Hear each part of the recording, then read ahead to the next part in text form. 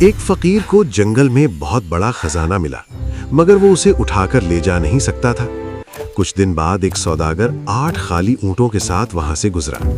فقیر نے شرط رکھی کہ خزانہ بھرنے والے اونٹوں میں سے آدھے یا چوتھائی اسے دے دیے جائیں۔ سوداگر فوراً آدھے اونٹ دینے پر راضی ہو گیا۔ خزانہ 8 اونٹوں پر لاد دیا گیا اور فقیر نے ایک قیمتی لال اپنے پاس رکھ لیا۔ سوداگر نے 4 اونٹ فقیر کو دیے، مگر دل میں لالچ آ گیا کہ وہ تو چوتھائی پر بھی راضی تھا۔ اس نے بہانہ بنا کر 2 اونٹ واپس لے لیے اور فقیر نے خاموشی سے دے دیے۔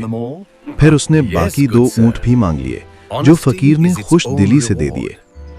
اب سوداگر 8 کے 8 اونٹ لے کر روانہ ہوا، مگر اسے فقیر کے پاس رہ جانے والا لال بھی یاد آیا۔ وہ لال لینے واپس پلٹا، مگر فقیر نہ ملا اور وہ سارا دن جنگل میں بھٹکتا رہا۔